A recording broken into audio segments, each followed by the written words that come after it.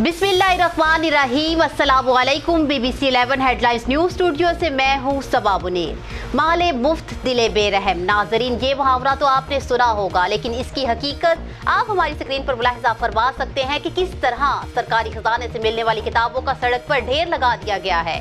طلباء میں شعور پیدا کرنے والی کتابیں اسکول انتظامیہ اور اساتذہ میں شعور پیدا نہ کر سکیں۔ طلباء کو مفت دی جانے والی کتابوں میں اسلامک نصاب کی کتب بھی شامل ہیں۔ گورنمنٹ LCM اسکولز مندری روڈ میں اسٹاک کی جانے والی کتابوں کے لیے ناقص انتظامات، پہلی سے 10ویں جماعت تک کی ملنے والی سرکاری مفت کتابیں ردی میں تبدیل کر دی گئی ہیں۔ اسکول پرنسپل نے سرکاری چھٹی اور عملے کی کمی کا بہانہ بنا دیا۔